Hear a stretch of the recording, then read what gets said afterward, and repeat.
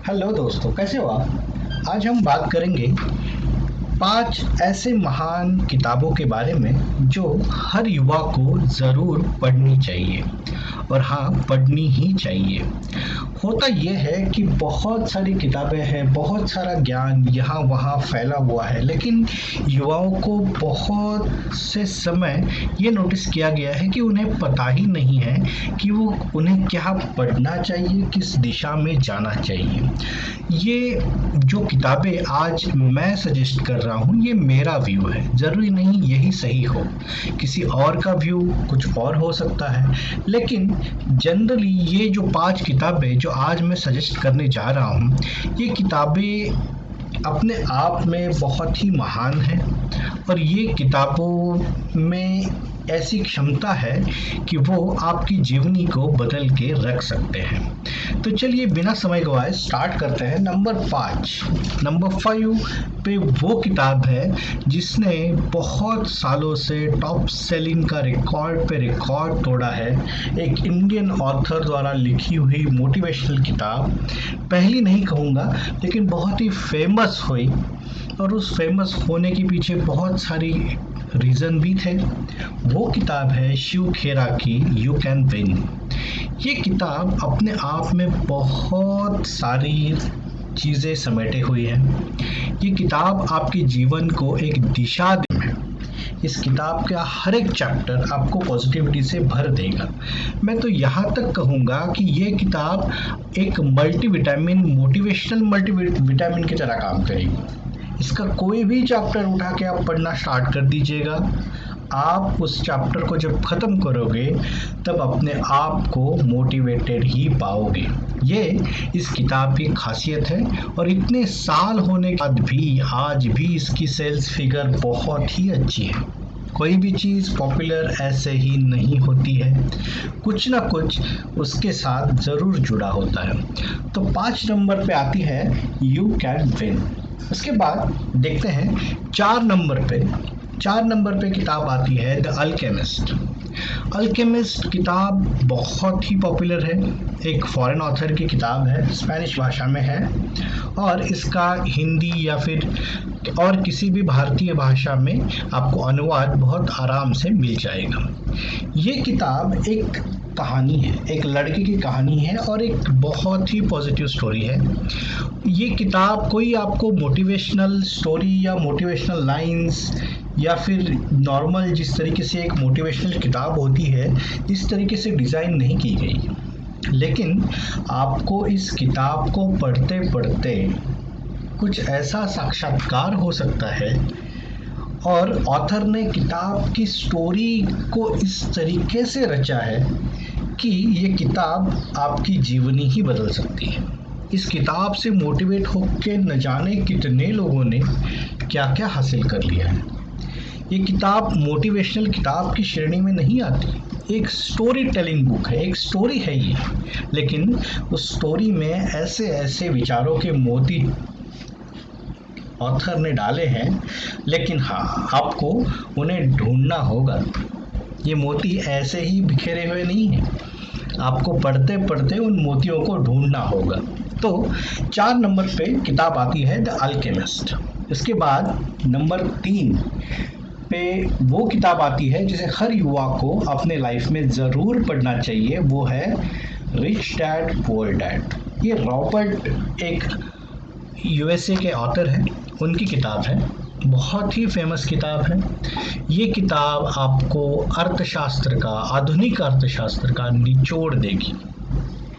इस किताब में आधुनिक अर्थशास्त्र की समरी छिपी हुई है।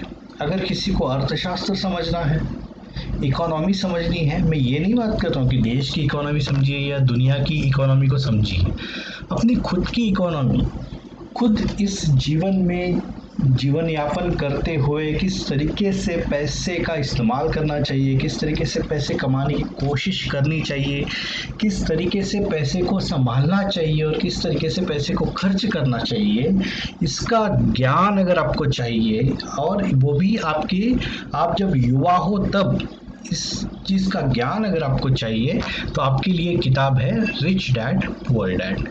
इसके बाद नंबर 2 पे आती है इग्नाइटेड माइंड्स। इस किताब के न जाने कितने संस्करण आ चुके हैं। तो इस किताब में ऐसा क्या डाला है डॉक्टर APJ अब्दुल कलाम जी ने, जो हमारे राष्ट्र के राष्ट्रपति, पूर्व राष्ट्रपति थे और एक महान साइंटिस्ट थे। उनकी जीवनी का सार उन्होंने इस किताब में डाला हुआ है। ये किताब पढ़ने के बाद अगर आप रोमांचित नहीं हुए, अगर आप इग्नाइटेड नहीं हुए, तो फिर जान लीजिएगा कि आप में कुछ ज़रूर ही कमी है, क्योंकि इस किताब में इतनी बारीकी से डॉक्टर APJ अब्दुल कलाम ने सारी चीज़ें कही हैं कि इस किताब से आपको मोटिवेटेड होना लगभग तय है। अगर आप नहीं हो रहे हैं तो आपको कुछ और चीज़ें ट्राई ज़रूर करनी चाहिए।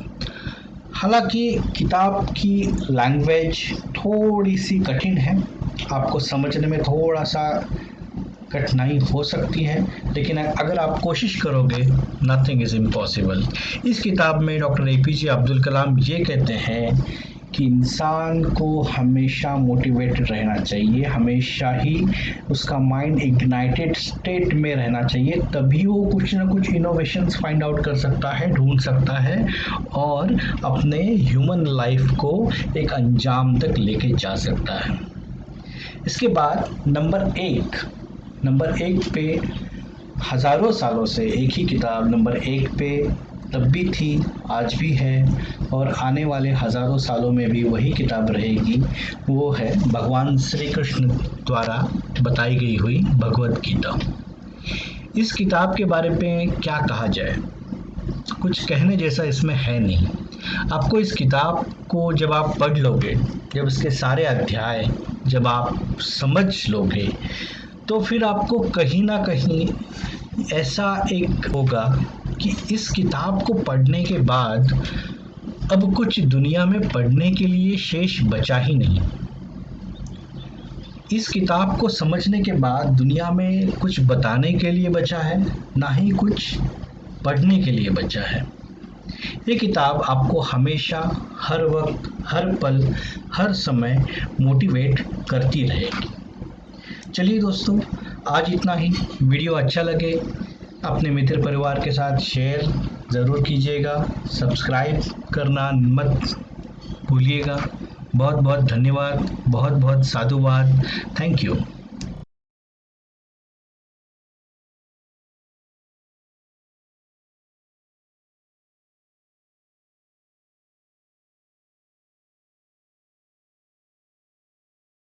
हेलो दोस्तों, कैसे हो आप? आज हम बात करेंगे रॉबर्ट कियोसाकी की book rich dad poor dad के बारे में। इस विदेशी बुक का देसी एक्सप्लेनेशन आज हम देखते हैं। इस किताब में रॉबर्ट ने बहुत सारे रहस्यों को उजागर किया है, जो कि एक आज तक फैमिली टू फैमिली ट्रांसफ़र होते रहे हैं। अर्थशास्त्र, इकोनॉमिक्स के कुछ ऐसे रहस्य जो बहुत ही आसान भाषा में रॉबर्ट ने उजागर करने की कोशिश की है। और इस बुक की सफलता का राज भी वही है कि किताब बहुत ही आसान भाषा में है और ये किताब रॉबर्ट कियोसाकी के खुद की जीवनी के ऊपर आधारित है। मतलब उन्होंने सिर्फ इस किताब में ज्ञान ही नहीं दिया, बल्कि इस किताब को उन्होंने जिया है। तो चलिए देखते हैं कि इस किताब के ज़रिए रॉबर्ट क्या संदेश देना चाहते हैं और हम क्या लेसन सीख सकते हैं। हालांकि किताब विदेशी है, लेकिन उसे हमारे भारतीय संस्कृति और कल्चर के अनुसार, या यहाँ की अर्थव्यवस्था के अनुसार, या यहाँ की एजुकेशन सिस्टम के अनुसार हम कैसे समझ सकते हैं, इसकी कोशिश करते हैं। तो रॉबर्ट के 2 पिताजी होते हैं, जो कि एक उसके सगे पिताजी और दूसरे उसके फ्रेंड के पिताजी, फ्रेंड के डैड, माइक के डैड। तो ये 2 पिताजियों की कहानी है। एक पिताजी रिच होते हैं, उनके पास बहुत सारा पैसा होता है, अच्छा सा डिसिप्लिन होता है, हालांकि उनकी स्कूली शिक्षा कम होती है। और दूसरे उनके खुद के पिताजी, जो बहुत ज़्यादा पढ़े लिखे होते हैं लेकिन फाइनेंशियली बहुत ही स्ट्रगल कर रहे होते हैं, अपनी फैमिली की जो ज़रूरतें हैं बस उन्हीं को पूरा कर पाते हैं, उसके अलावा कुछ नहीं कर पाते। तो रॉबर्ट जब अपने पिताजी से किसी चीज़ के लिए ज़िद करते हैं तो वो उन्हें सलाह देते हैं कि क्यों ना वो उस रिच डैड के पास जाए और पैसे कैसे कमाए उसकी सलाह ले ले। तो ये पूरी कहानी उसी के ऊपर आधारित है। तो रॉबर्ट जाते हैं उनके पास और वो रिच डैड उन्हें स्टेप बाय स्टेप एक 9 साल के छोटे लड़के को वो किस तरीके से ट्रेनिंग देते हैं, इसकी ये कहानी है। तो चलिए जानते हैं रिच डैड पुअर डैड का लेसन नंबर 1 क्या है।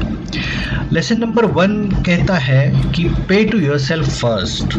अब ये बहुत अटपटा सा लगने वाली बात है कि खुद को पे करो का क्या मतलब है। खुद को पे करो का ये मतलब है कि जो भी पैसा, जो भी आमदनी, जो भी सैलरी, जो भी प्रॉफिट आप अर्न कर रहे हो मंथ के एंड में, उसे सबसे पहले इन्वेस्ट करो, अपने आप के लिए रखो। अगर आपने गोल रखा हुआ है कि आपको महीने का 1 लाख रुपए एट एनी कॉस्ट इन्वेस्ट करना है, जस्ट एज एग्जाम्पल, तो आपको उस 1 लाख को इन्वेस्ट करना ही है। पहले आपको उस पैसे को इन्वेस्ट ही करना है, किसी और चीज़ के लिए, किसी और एक्सपेंसेस के लिए उसे हाथ नहीं लगाना है। एक स्ट्रिक्ट डिसिप्लिन होना चाहिए कि एट एनी कॉस्ट सबसे पहले मैं अपने आप को पे करूँगा और दुनिया भर के सारे बिल्स बाद में देखा जाएगा, लेकिन पहले मेरी इन्वेस्टमेंट। अब देखते हैं लेसन नंबर 2। इस लेसन में रॉबर्ट कहते हैं कि आपको ध्यान देना चाहिए कि आप एसेट्स पहले बिल्ड करो एंड देन उस एसेट से कमाई हुई प्रॉपर्टी के बेसिस पे आप अपनी लायबिलिटीज को परचेज करो। First invest in your assets as land हो गई, गोल्ड हो गया, स्टॉक्स, म्यूचुअल फंड्स, डिबेंचर्स, जो भी इन्वेस्टमेंट का तरीका आपको सही लगता है पहले उस आपके पैसे को आप इन्वेस्ट कीजिएगा।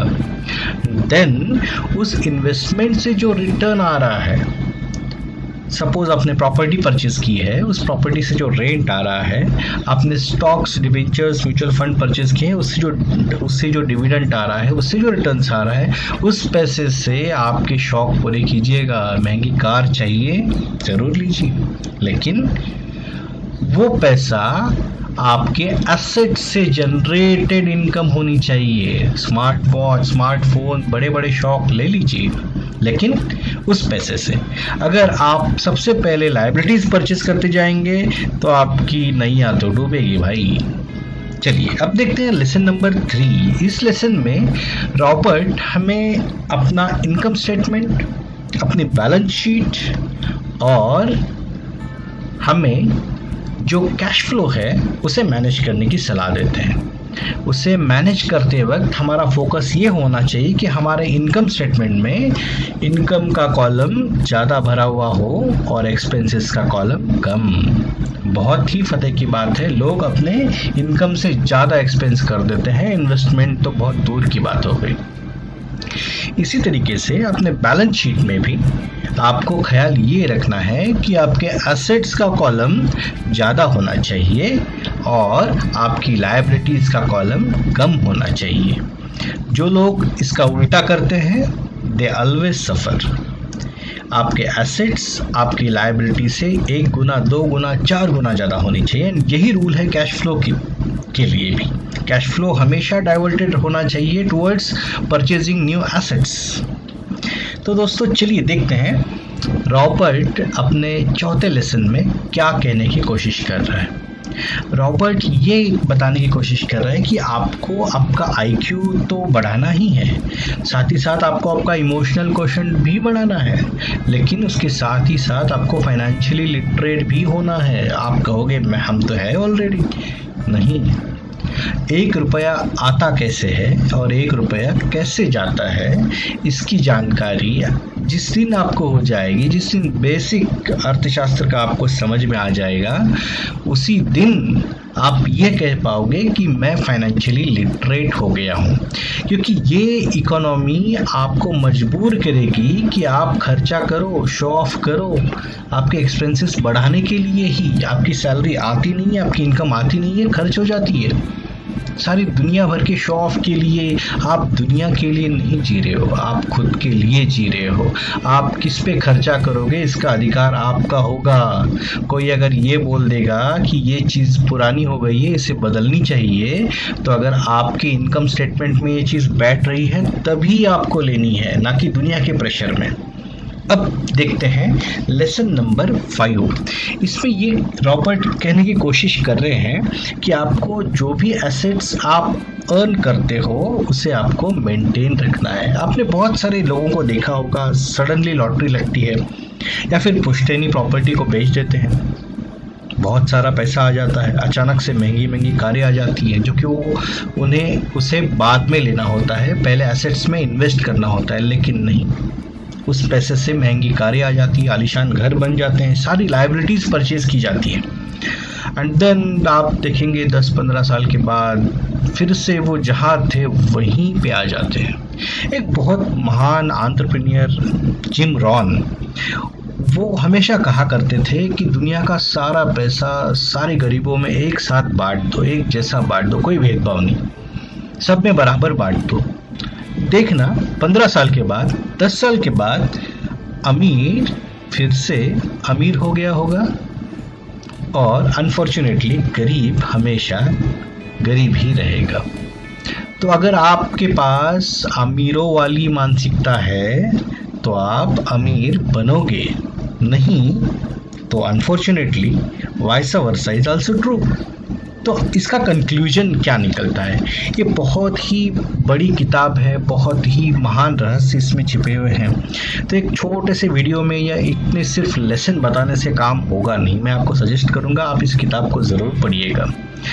ये किताब की एक छोटा सा कंक्लूजन जो मैंने निकाला है कि वो ये है कि सेल्फ डिसिप्लिन, या फिर मैं कहूँगा कि फाइनेंशियल सेल्फ डिसिप्लिन ही वो कुंजी है।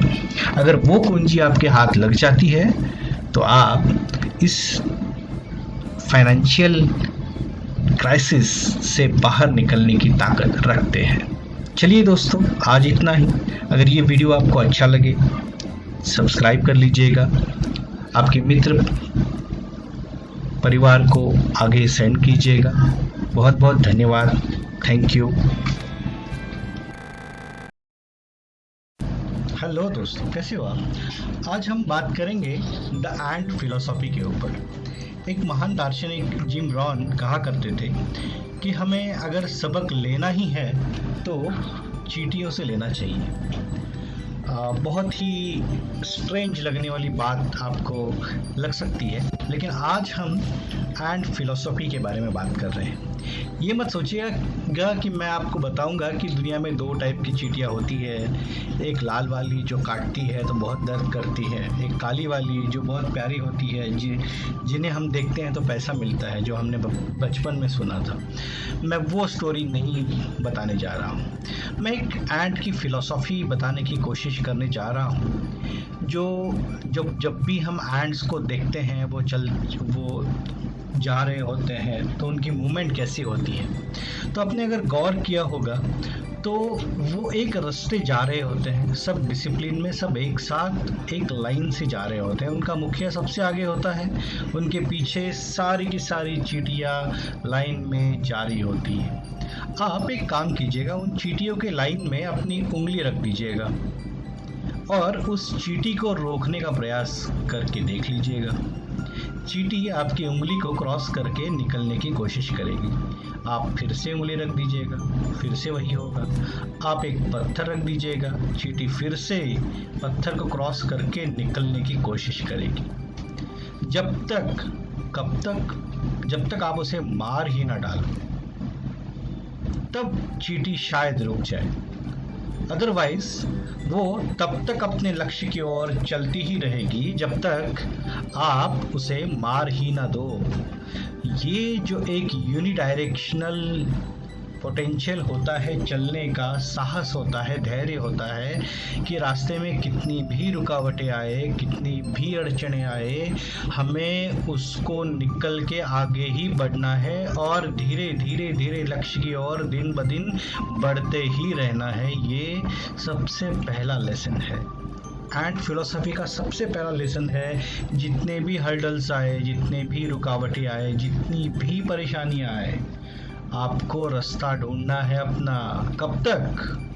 बहुत ही सिंपल सवाल है, कब तक? जब तक रास्ता ना मिले तब तक।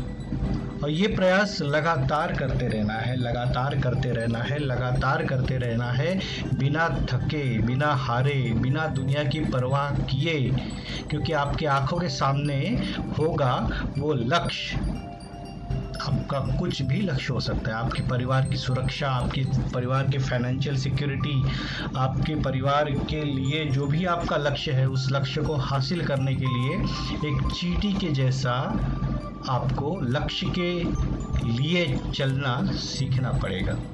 ये है philosophy number 1, the end philosophy की। एक दूसरी फिलॉसफी, बहुत गौर से अगर आप देखोगे तो आपने देखा होगा, चींटियां बहुत जल्दी में होती है, बहुत ही जल्दी में होती है, भागती ही रहती है यहाँ से वहाँ, वहाँ से यहाँ। ऐसे तो लगता है कि जैसे उनके पीछे कोई शेर पड़ा हो। काश वो बात कर पाती तो आप उनके साथ बैठ पाते और पूछ लेते, भाई या बहन, तकलीफ क्या है तुम्हें? ये खाने की टोकरी या जो भी शक्कर का दाना या गुड़ का दाना अपने सर पे ढोए, बहन तू क्यों भाग रही है? क्या है ऐसा? काश वो बोल पाती तो बताती कि भाई मैं प्रोग्रेशन में रिसेशन देख लेती हूँ, मैं ये रिसेशन की तैयारी कर रही हूँ। आज जब प्रोग्रेशन चल रहा है, जब सब कुछ ठीक ठाक चल रहा है, जब चारों ओर से सब कुछ भलाई ही हो रही है, सब जगह से पैसा आ रहा है, सब जगह से बरकत है, सब जगह से खाना मिल रहा है, 2 वक्त की रोजी रोटी मिल रही है, सर पे छत है, उस वक्त मैं तैयारी में लगी हुई हूँ कि एक दिन जब खाना नहीं होगा, एक दिन जब पैसे की किल्लत होगी, एक दिन जब कोई संकट आएगा मेरे परिवार के ऊपर, तब मैं क्या करूँगी? चींटियां बोला नहीं करती। लेकिन इन्हीं चींटियों को मैंने अपने ही किसी आदमी में, किसी आपके फैमिली मेंबर में आपने देखा होगा। हम भी मजाक उड़ाया करते थे जब टीनेज में होते थे। हमारे पिताजी भागम दौड़ी करते थे, घर के लिए भागते थे, चैन नहीं रहता था। हमें पूछने की हिम्मत नहीं होती थी, बट हम मजाक उड़ाया करते थे, क्यों इतना भाग रहे हो, क्या सब कुछ तो है? बट आज समझ आ रहा है, वो एंड फिलॉसफी अपने ही लोगों में हमें दिखाई भी देती है, बट हम गौर से देखते कहाँ हैं। भगवान ने हमें वो देखने की आंखें दी तो है, बट हम देखते कहाँ हैं, नज़रिया कहाँ है? आंखें तो सबके पास होती है, नज़रिया कहाँ से लाएंगे? तो ये वो एंड फिलॉसफी है जो प्रोग्रेशन में रिसेशन की तैयारी करती है, and vice versa is also true. Recession में भी प्रोग्रेशन की तैयारी होती है। यह है एंड फिलोसॉफी। दोस्तों, वीडियो कैसा लगा ज़रूर शेयर कीजिएगा। अच्छा लगे तो अपने मित्र परिवार को शेयर करना ना भूलिएगा।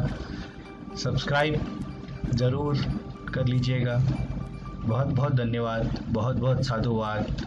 Thank you.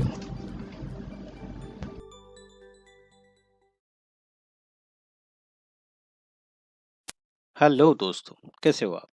आज हम बात करेंगे power of setting goals. Goals क्या होता है? लक्ष्य होता है, हमारी जिंदगी में एक एम होता है, उसी को हम गोल्स कहते हैं। उस गोल्स को सेट करके लिखित स्वरूप में रखने से हमारे जीवन में बहुत कुछ परिवर्तन हो सकता है। और अनफॉर्चुनेटली ये चीज़ें किसी स्कूल्स, किसी किताब, किसी कॉलेज में नहीं पढ़ाई जाती। गोल्स को लिखने और उसको फॉलो करने से एक बॉय को मैन में ट्रांसफॉर्म करने जितनी शक्ति होती है। ये गोल्स इतने असरदार होते हैं, ये हमारी जिंदगी को एक दिशा प्रदान करते हैं।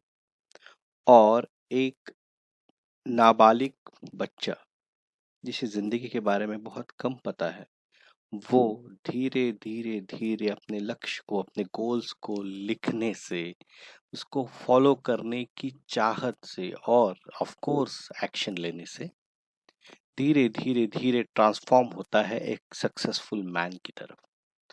बट ये साइंस है, वर्क कैसे करता है? चलिए आज देखते हैं कि ये गोल सेटिंग कैसे करते हैं।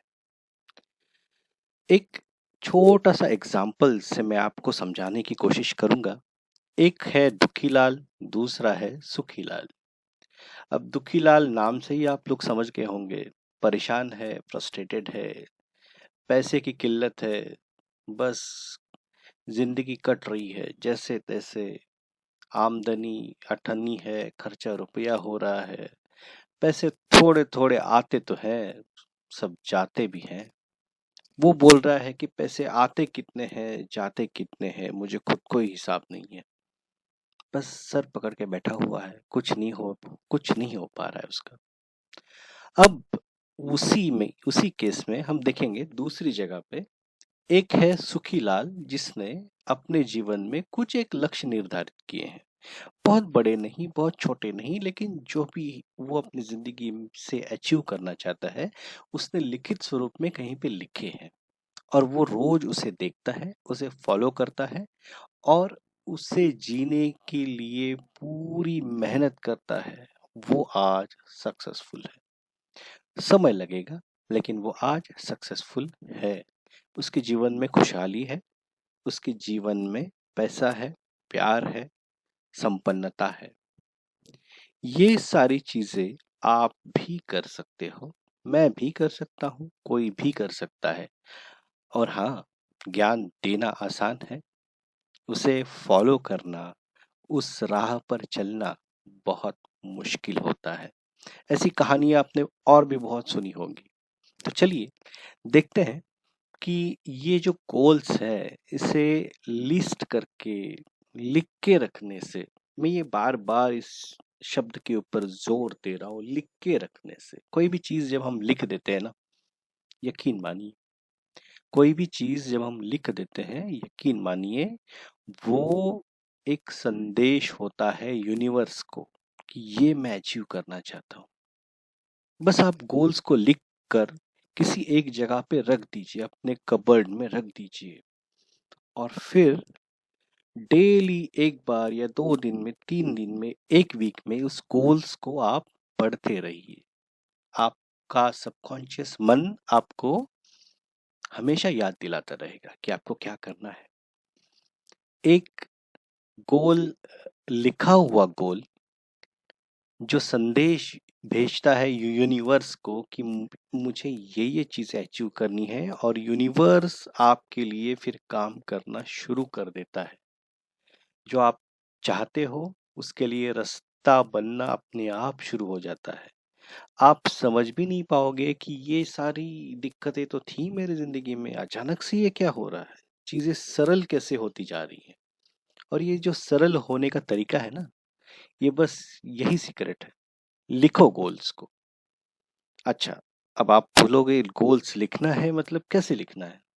लिख तो देंगे हम लोग, चलिए इसके बारे में बात करते हैं। 3 टाइप के गोल होते हैं। एक होता है शॉर्ट टर्म गोल्स, दूसरा होता है मिड टर्म गोल्स, तीसरा होता है लॉन्ग टर्म गोल्स। अब ये कैसे निर्धारित करें। शॉर्ट टर्म गोल्स वो होते हैं जो नियर टर्म, नियर मंथ में आपको अचीव करने हैं। समझ लीजिए कोई एक स्किल आपको सीखनी है, उस स्किल को आपने सीख लिया, तो वो हो गया आपका शॉर्ट टर्म गोल। आपने तय कर दिया इस 1 महीने में मुझे ये स्किल में मास्टरी हासिल करनी है, शॉर्ट टर्म गोल हो गया। उसके बाद आता है मिड टर्म गोल, जिसमें आप ये निर्धारित करते हो कि मुझे 1 साल के अंतराल में ये चीजें अचीव करनी है और उसके लिए मुझे क्या रिसोर्सेज चाहिए और मुझे कैसे काम करना है, ये आप लिखते हो। उसके बाद होते हैं लॉन्ग टर्म गोल, जिसमें आप ये मेंशन करते हो कि 10 साल, 20 साल, 30 साल के बाद आप क्या चाहते हो, कहाँ पहुंचना चाहते हो, वो आप लिखते हो। और ये क्लियर मैसेज यूनिवर्स को जाता है, जिससे कि यूनिवर्स आपके लिए काम करता है। अब ये कैसे काम करता है, बहुत ही इंटरेस्टिंग चीज है ये कि हाउ इट वर्क्स।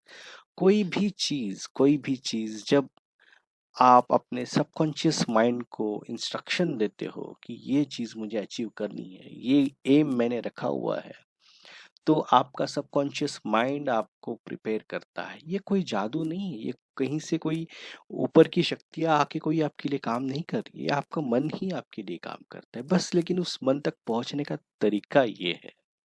चलिए दोस्तों, धन्यवाद। आपको अगर मेरा वीडियो अच्छा लगा हो, सब्सक्राइब कर लीजिए, अपने मित्र परिवार को फॉरवर्ड करना ना भूलिएगा। बहुत बहुत धन्यवाद, बहुत बहुत साधुवाद। Thank you. हेलो दोस्तों, कैसे हो आप? एक महान दार्शनिक ने कहा है कि अगर आपको वोटिंग का अधिकार देने से कुछ परिवर्तन होने वाला होता तो आपको शायद वोटिंग का अधिकार ही नहीं होता। चलिए छोड़िए व्यवस्था परिवर्तन की हम बात नहीं करेंगे। आज हम बात करेंगे अपने खुद के परिवर्तन की, और उसमें शामिल है एक बहुत ही इम्पॉर्टेंट स्टेप जिसे हम कहते हैं अफर्मेशंस। जो अफर्मेशंस हम डेली यूज़ करते हैं लेकिन वो कारगर साबित नहीं हो रहे हैं, तो उस केस में क्या करें इसके बारे में आज हम जानकारी लेते हैं। तो चलिए दोस्तों, आज शुरू करते हैं अफर्मेशंस कैसे काम करते हैं, क्या होते हैं। अफर्मेशंस कुछ ऐसे सेंटेंसेस हैं जिन्हें हम रिपीटेडली कहते हैं अपने आप से, और एक संदेश देने की कोशिश करते हैं अपने मन को कि ये चीज़ मुझे अचीव करनी है। But wait for a minute, ये वीडियो आपके लिए नहीं है अगर आपके पेरेंट्स ने आपको बचपन से ही बहुत अच्छी हैबिट्स लगवाई है।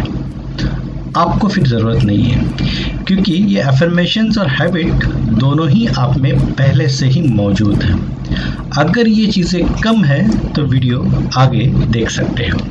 और हाँ, अगर ये आदतें आप में पहले से ही है तो अपने माताजी पिताजी को याद करके उनको नमन करना ना भूलिएगा। तो दोस्तों चलिए जानते हैं अफर्मेशंस होते क्या हैं। जैसा मैंने कहा कि रिपीटेड सेंटेंसेस हैं जो हम अपने आप से कहते हैं। खुद से ही हम अपने सबकॉन्शियस माइंड में उतरने की कोशिश करते हैं और कुछ सेंटेंसेस बार बार कहने की कोशिश करके एक अपने अंदर वो चेतना को जागरूक करने की कोशिश करते हैं। सपोज़ कोई अनहेल्दी पर्सन है तो उसके लिए अफर्मेशंस दिए जाते हैं कि जैसे मैं हेल्दी होना चाहता हूँ या मेरी हेल्थ वापस लौट रही है। अगर कोई गरीब इंसान है तो उसके लिए अफर्मेशंस होते हैं कि मैं अमीर बन रहा हूँ, मेरी अमीरी वापस लौट रही है, या मैं अमीर बनता जा रहा हूँ, या मैं अमीर हो चुका हूँ। इस तरीके से एक महान बॉक्सिंग प्लेयर थे माइक टायसन, वो हमेशा कहा करते थे कि I am the best, I am the champion. कि हर बार प्रैक्टिस करते वक्त वो इस चीज़ को बार बार दोहराया करते थे जब वो बॉक्सिंग खेला करते थे और प्रैक्टिस किया करते थे। किसी ने उनसे पूछा कि जब वो फेमस नहीं थे, किसी ने उनसे पूछा कि आप ये क्यों बार बार कहते हो? तो उन्होंने कहा कि ये मैं अपने आप को संदेश देने की कोशिश कर रहा हूँ कि I am the best and I am the champion, I am the best and I am the champion. ये मैं अपने मन को संदेश देने की कोशिश कर रहा हूँ बार बार बार बार। जब भी मैं प्रैक्टिस करता हूँ, जब भी मैं बॉक्सिंग का एक पंच मारता हूँ, तब मैं ये चीज़ अपने आप से दोहराता हूँ।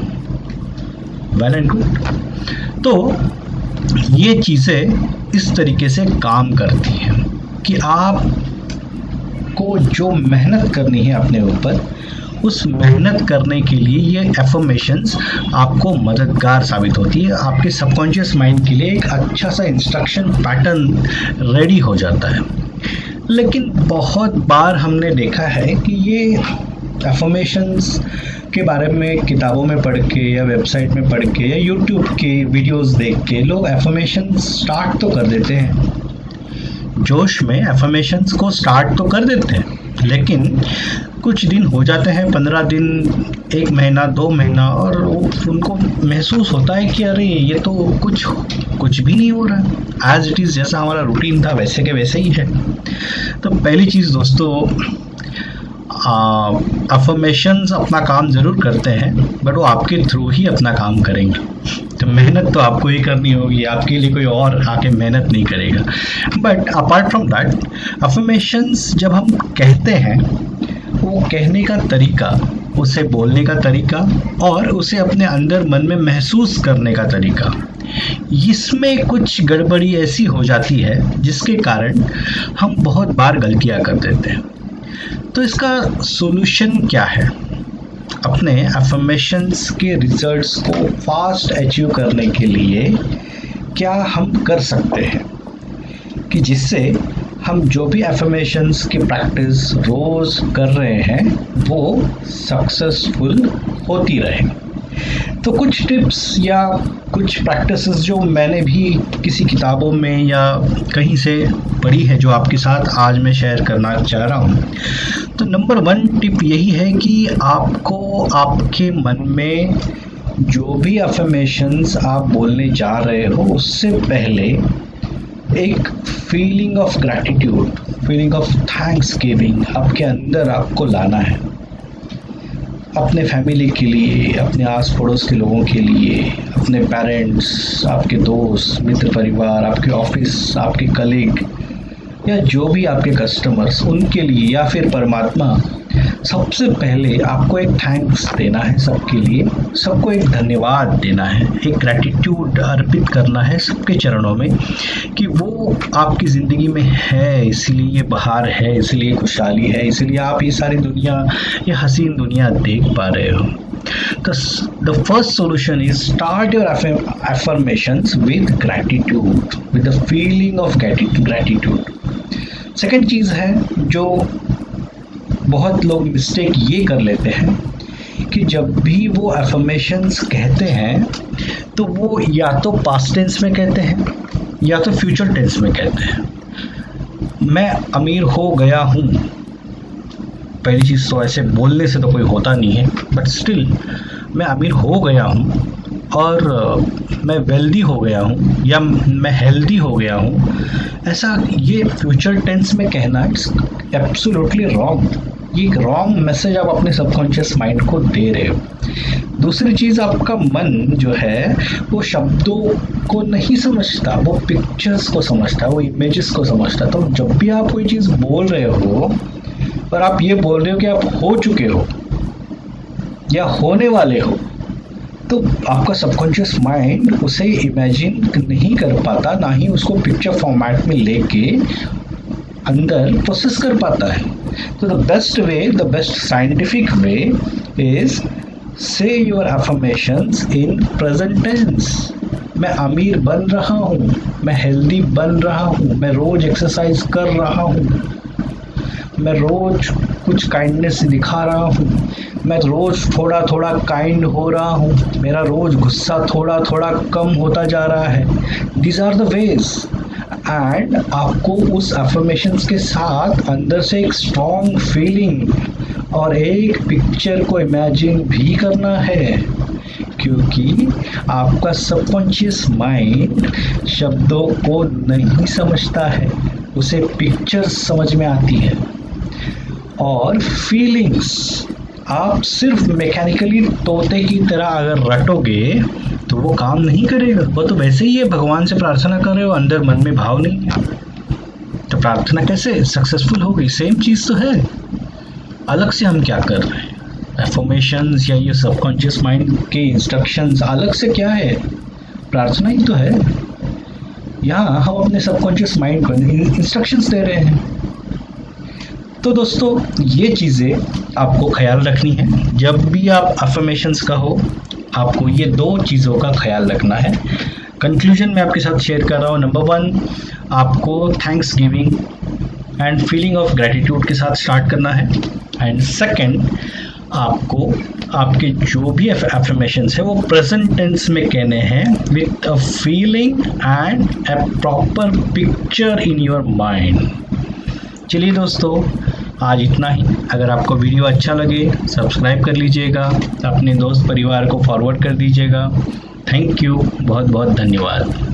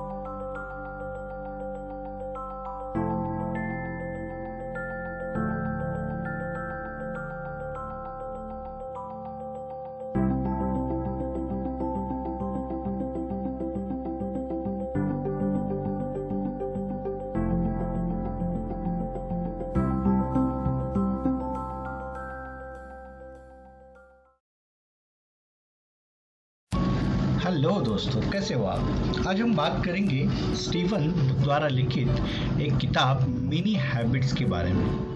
इस विदेशी किताब का देसी एक्सप्लेनेशन आज हम देखते हैं। ये किताब अपने आप में बहुत सारी विशेषताओं से भरी हुई है। अपने आप में ये एक अनूठी किताब है।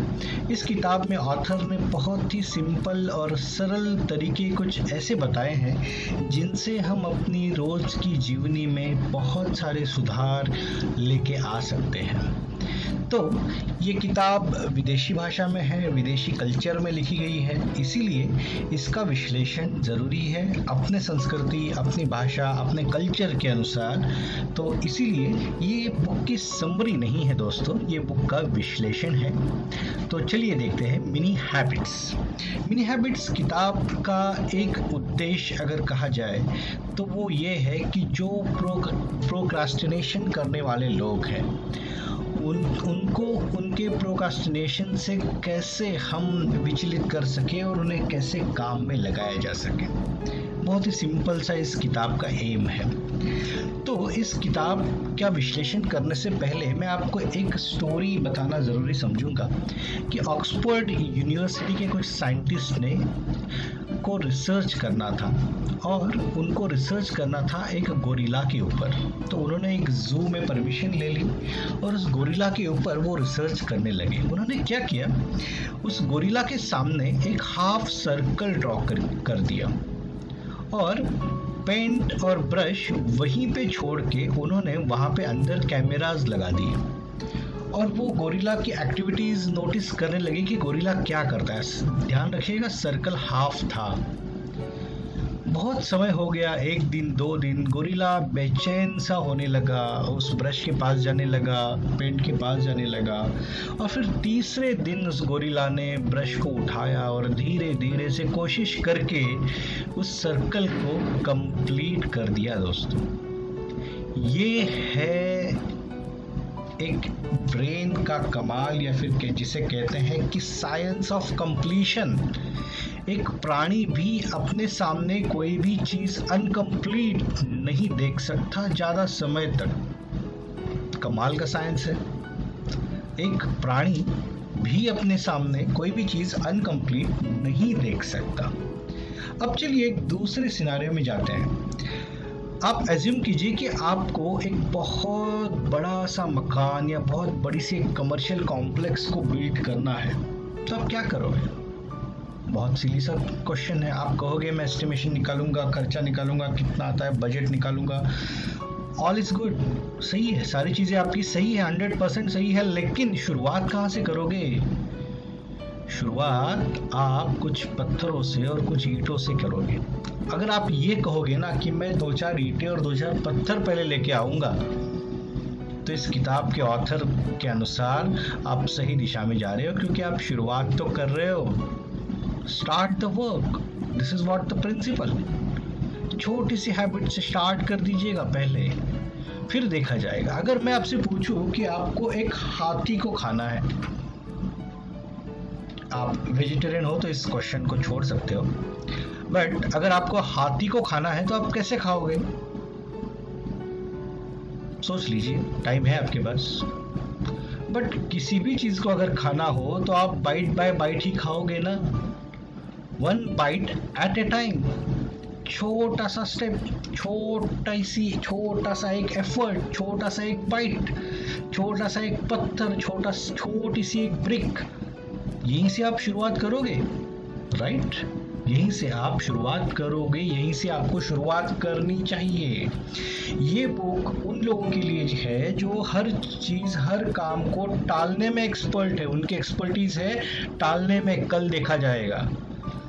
उनको कुछ भी काम कहो, कल देखा जाएगा। वो अपनी ही मस्ती में मस्त है, काम पड़ा है, टारगेट पड़ा है, ज़िंदगी में बहुत कुछ अचीव करना है, लेकिन इनसे एक कदम हिला नहीं जा रहा है। ये बस अपनी ही मस्ती में है। इस तरीके के लोगों को कहते हैं टालने वाले लोग या फिर प्रोक्रास्टिनेटर्स। इनके लिए ये किताब है। तो ऑथर इस किताब के ज़रिए हमें ये संदेश दे रहे हैं कि इस तरह के जो लोग हैं उनके लिए इस किताब में बहुत सारी आइडियाज हैं कि वो अपना प्रोक्रास्टिनेशन स्टॉप करके किस तरीके से छोटे से छोटे स्टेप्स लेके अपने गोल्स को अचीव कर सकते हैं।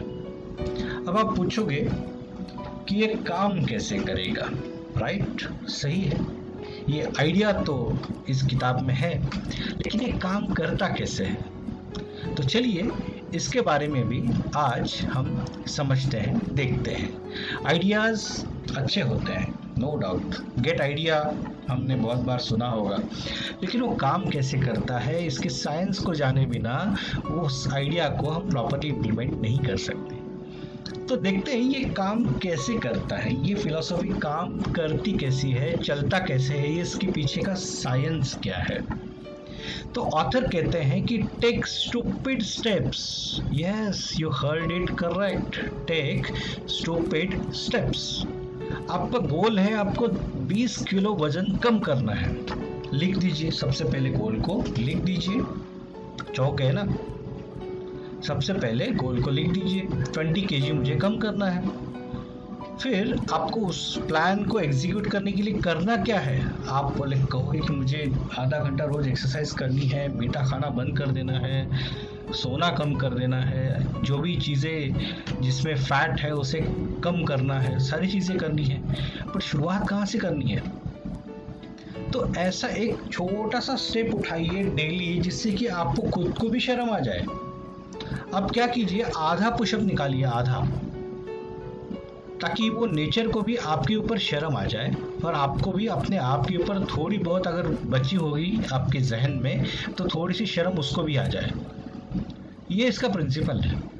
आपको आधे पुशअप से स्टार्ट करना है। सुबह सुबह आपको उठना है और आधा पुशअप, बस जमीन को हाथ लगाए, नीचे अपना सर झुका लिया, हो गया, उठ जाइए, बस हो गया।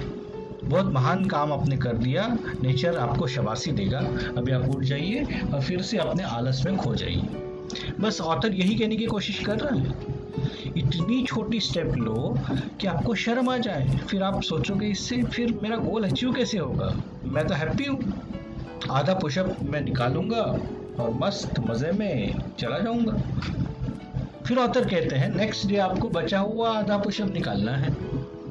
ओह माय गॉड, ये भी चीज़ है। फिर उसके तीसरे दिन आपको फिर से आधा पुशअप निकालना है। फिर उसके बाद बचा हुआ आधा पुशअप आपको निकालना है। शर्म आ रही है ना, थोड़ी थोड़ी, लेकिन ये आपको शर्मिंदा करने के लिए नहीं हो रहा है दोस्तों। ऑथर की ये मंशा बिल्कुल भी नहीं है कि वो आपको शर्मिंदा करे। वो एक ताले को अनलॉक करने की प्रोसेस आपको बता रहा है। जब भी आप, ध्यान रखिएगा, यही सबसे बड़ा प्रिंसिपल है, जब भी आप कोई काम अनकम्प्लीट छोड़ देते हो, सबसे पहले तो आपको शुरू करना है, आपको स्टार्ट करना है। आपने हाफ पुशअप निकाल दिया, आपने काम को स्टार्ट तो किया, यू हैव डिड समथिंग, आपने स्टार्ट किया, कुछ तो स्टार्ट किया आपने। अब आपका मन आपको खलेगा कि भाई मैंने काम तो आधा छोड़ दिया, मुझे तो 20 किलो कम करना था, लेकिन मैं तो आधे पुशअप में ही अटक गया। आज आधा पुशअप, कल आधा पुशअप, परसों एक, ऐसे ही। यही साइंस है, यही साइंस इस चीज़ के पीछे काम करता है कि जो मैंने गोरिल्ला की स्टोरी आपको बताई थी, उसमें गोरिल्ला भी अपने सामने हाफ सर्कल को बर्दाश्त नहीं कर सका, उसे उसको पूरा करना पड़ा।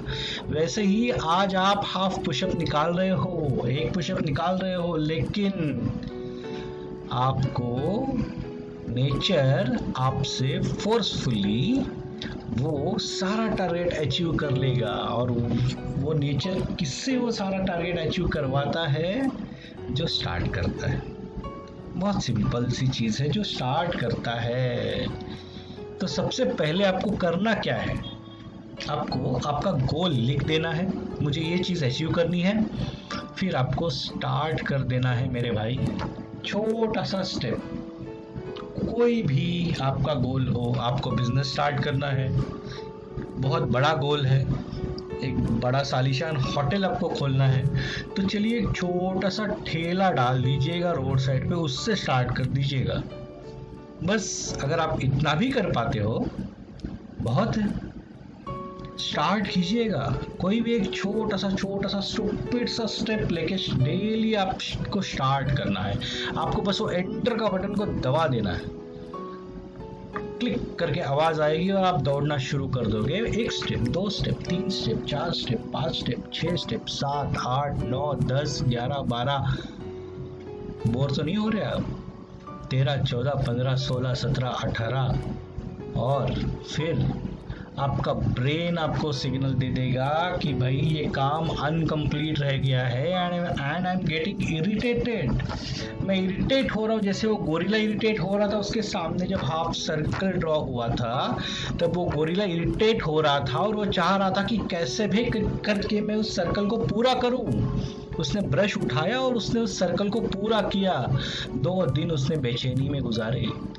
यही होता है, आपके साथ भी यही होगा। आप छोटा छोटा स्टेप लेके स्टार्ट तो कीजिए।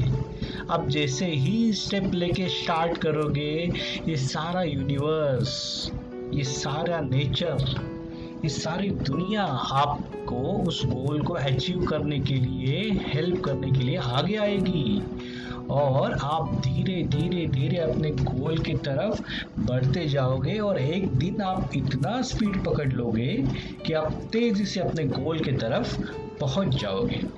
यही साइंस है दोस्तों, और ऑथर ने बहुत अच्छे से इस किताब को मेंशन किया है, इस सीक्रेट फॉर्मूला को मेंशन किया हुआ है। किताब को ज़रूर पढ़िएगा, ये मेरा विश्लेषण है।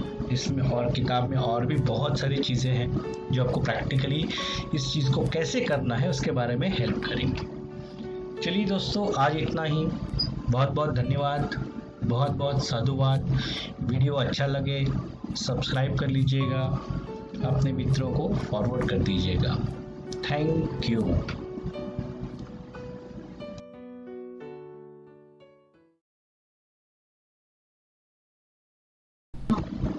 हेलो दोस्तों, कैसे हो आप? आज हम बात करेंगे ग्लोबल वार्मिंग के बारे में। हम सब ने हमेशा गौर किया है कि जब भी हम बीमार होते हैं तो हमारे शरीर का तापमान बढ़ता जाता है, टेम्परेचर बढ़ता जाता है। हम हमेशा कहते हैं कि 101 बुखार था, 102 था, 103 था। ये शरीर का टेम्परेचर बढ़ना एक प्राकृतिक व्यवस्था होती है। जब भी हमारे शरीर में कुछ ना कुछ गड़बड़ी हो जाती है, उस वक्त हमारा शरीर नेचुरली उसका टेम्परेचर बढ़ाता है ताकि वो हील कर सके। ये एक साइंस है। सेम वैसे ही हमारे धरती का भी टेम्परेचर बढ़ता जा रहा है और ये निशानी है कि कहीं ना कहीं कुछ ना कुछ गड़बड़ ज़रूर हो रही है। और वो गड़बड़ नेचर खुद नहीं कर रहा है। नेचर की व्यवस्था में हमने कुछ ऐसा दखल दिया है, एक हद से ज़्यादा दखल दिया है कि वो अब बेकाबू हो गया है। ये जो टेम्परेचर का बढ़ना है, इसके जिम्मेदार हम सब लोग हैं। बट कोई भी एक आम इंसान ये कह सकता है कि भाई हम क्या करें, फिर मैं क्या कर सकता हूँ? मुझे ग्लोबल वार्मिंग तो चाहिए नहीं। मुझे ये धरती का जो टेम्परेचर बढ़ रहा है उससे वैसे डायरेक्टली तो कुछ नुकसान हो नहीं रहा है, लेकिन फिर भी उसे रोकने के लिए मैं क्या कर सकता हूँ? ये एक संवेदनशील इंसान की निशानी है कि वो पूछता है कि अगर कोई गड़बड़ी हो भी रही है, भले वो उसके लिए डायरेक्टली इनडायरेक्टली जिम्मेदार हो, लेकिन वो फिर भी पूछता है कि मैं सॉल्यूशन के साइड में खड़े होकर क्या कर सकता हूँ। ग्लोबल वार्मिंग ये किसी एक व्यक्ति या 2 व्यक्ति या एक समूह के द्वारा सुलझाने जाने वाली चीज़ है नहीं। इसके लिए हम सबको मिलके प्रयास करना होगा। और जो हमारी करंट अर्थव्यवस्था है, सिर्फ हमारे देश की ही नहीं बात कर रहे हैं, जागतिक अर्थव्यवस्था है, जिस तरीके से हमारा लोक संख्या में दिनों दिन बढ़ोतरी होती जा रही है, जिस तरीके से हम पेड़ों को काटे जा रहे हैं, जिस तरीके से हम इतने ईंधन को जला रहे हैं और इतनी उष्णता का निर्माण कर रहे हैं, जिस तरीके से हम टेम्परेचर को बढ़ाए जा रहे हैं, जिस तरीके से हम जंगलों को ख़त्म करते जा रहे हैं अपने स्वार्थ के लिए, तो ये इंसान को पता है, ये कोई नई स्टोरी तो मैं आपसे बोल नहीं रहा हूँ। ये चीज़ सबको पता है कि जंगल नहीं काटने चाहिए। अब तक इतना अवेयरनेस तो हमारे सभी लोगों ने कर ही दिया है, फिर भी जंगल कट ही रहे हैं। तो ये रुकेगा कैसे? रुकेगा कैसे, इसकी चिंता या इसकी चर्चा मुझे नहीं लगता कि मुझे करनी चाहिए, क्योंकि वो हमारे हाथ में नहीं है। जो चीज़ हमारे हाथ में है वो हम कर सकते हैं, और वो चीज़ ये है कि जहाँ पर भी पोल्यूशन कम है, जहाँ पर भी ग्लोबल वार्मिंग का असर कम है, वैसी जगह पे आप रहना स्टार्ट कर दीजिएगा। अब आप ये मत कहिएगा कि हमने तो मेट्रोज में करोड़ों रुपए खर्च करके घर लिया है। माना लिया है, लेकिन महीने के कुछ दिन तो खुली हवा में आप गुजार ही सकते हो। आप उसे ट्राई कर लीजिए। और हाँ, ग्लोबल वार्मिंग को स्टॉप करने के लिए हम जो जो चीज़ें कर सकते हैं उसे ज़रूर कीजिएगा। जैसे कि प्लास्टिक का कम से कम इस्तेमाल, कम से कम पेड़ कटे, इसके लिए जो भी चीज़ के लिए आप टेक्निकली उस चीज़ को फॉलो कर सकते हो। टेक्निकली वर्ड में इसलिए यूज़ कर रहा हूँ कि ज़रूरी नहीं हर चीज़ हम फॉलो करें, क्योंकि हमारी भी रोजी रोटी है, हमको भी ज़िंदगी जीनी है। ये सब में सब कुछ करना तो पॉसिबल है नहीं, बट जितना हो सके हम पेड़ को कटने से बचाएं, ज़्यादा से ज़्यादा पेड़ लगाने की कोशिश करें। हमारी सोसाइटीज़ में, हमारे घर के आजू बाजू जितना हो सके उतना पेड़ हम लगाएं, जिससे कि ग्लोबल वार्मिंग की रोकथाम में कुछ सहायता हम कर सकें। चलिए दोस्तों, आज इतना ही। वीडियो अच्छा लगे सब्सक्राइब कर लीजिएगा, अपने मित्र परिवार को फॉरवर्ड कर दीजिएगा। बहुत बहुत धन्यवाद, बहुत बहुत साधुवाद। Thank you. हेलो दोस्तों, कैसे हो आप? आज हम बात करेंगे power of setting goals. Goals क्या होता है? लक्ष्य होता है, हमारी जिंदगी में एक एम होता है, उसी को हम गोल्स कहते हैं। उस गोल्स को सेट करके लिखित स्वरूप में रखने से हमारे जीवन में बहुत कुछ परिवर्तन हो सकता है। और अनफॉर्चुनेटली ये चीज़ें किसी स्कूल्स, किसी किताब, किसी कॉलेज में नहीं पढ़ाई जाती। गोल्स को लिखने और उसको फॉलो करने से एक बॉय को मैन में ट्रांसफॉर्म करने जैसी जितनी शक्ति होती है। ये गोल्स इतने असरदार होते हैं, ये हमारी जिंदगी को एक दिशा प्रदान करते हैं। और एक नाबालिग बच्चा जिसे जिंदगी के बारे में बहुत कम पता है, वो धीरे धीरे धीरे अपने लक्ष्य को, अपने गोल्स को लिखने से, उसको फॉलो करने की चाहत से और ऑफ कोर्स एक्शन लेने से धीरे धीरे धीरे ट्रांसफॉर्म होता है एक सक्सेसफुल मैन की तरफ। बट ये साइंस है, वर्क कैसे करता है? चलिए आज देखते हैं कि ये गोल सेटिंग कैसे करते हैं। एक छोटा सा एग्जाम्पल से मैं आपको समझाने की कोशिश करूंगा। एक है दुखीलाल, दूसरा है सुखीलाल। अब दुखीलाल नाम से ही आप लोग समझ गए होंगे, परेशान है, फ्रस्ट्रेटेड है, पैसे की किल्लत है, बस जिंदगी कट रही है जैसे तैसे, आमदनी अठन्नी है, खर्चा रुपया हो रहा है, पैसे थोड़े थोड़े आते तो हैं, सब जाते भी हैं। वो बोल रहा है कि पैसे आते कितने हैं, जाते कितने हैं, मुझे खुद को ही हिसाब नहीं है। बस सर पकड़ के बैठा हुआ है, कुछ नहीं हो पा रहा है उसका। अब उसी केस में हम देखेंगे दूसरी जगह पे एक है सुखीलाल, जिसने अपने जीवन में कुछ एक लक्ष्य निर्धारित किए हैं। बहुत बड़े नहीं, बहुत छोटे नहीं, लेकिन जो भी वो अपनी जिंदगी से अचीव करना चाहता है, उसने लिखित स्वरूप में कहीं पे लिखे हैं। और वो रोज उसे देखता है, उसे फॉलो करता है और उसे जीने के लिए पूरी मेहनत करता है। वो आज सक्सेसफुल है। समय लगेगा, लेकिन वो आज सक्सेसफुल है। उसके जीवन में खुशहाली है, उसके जीवन में पैसा है, प्यार है, संपन्नता है। ये सारी चीजें आप भी कर सकते हो, मैं भी कर सकता हूँ, कोई भी कर सकता है। और हाँ, ज्ञान देना आसान है, उसे फॉलो करना, उस राह पर चलना बहुत मुश्किल होता है। ऐसी कहानियां आपने और भी बहुत सुनी होंगी। तो चलिए देखते हैं कि ये जो गोल्स है इसे लिस्ट करके लिख के रखने से, मैं ये बार बार इस शब्द के ऊपर जोर दे रहा हूँ, लिख के रखने से। कोई भी चीज जब हम लिख देते हैं ना, यकीन मानिए, कोई भी चीज जब हम लिख देते हैं, यकीन मानिए, वो एक संदेश होता है यूनिवर्स को कि ये मैं अचीव करना चाहता हूँ। बस आप गोल्स को लिख कर किसी एक जगह पे रख दीजिए, अपने कबर्ड में रख दीजिए, और फिर डेली एक बार या 2 दिन में, 3 दिन में, एक वीक में उस गोल्स को आप पढ़ते रहिए। आपका सबकॉन्शियस मन आपको हमेशा याद दिलाता रहेगा कि आपको क्या करना है। एक गोल, लिखा हुआ गोल, जो संदेश भेजता है यूनिवर्स को कि मुझे ये चीजें अचीव करनी है, और यूनिवर्स आपके लिए फिर काम करना शुरू कर देता है।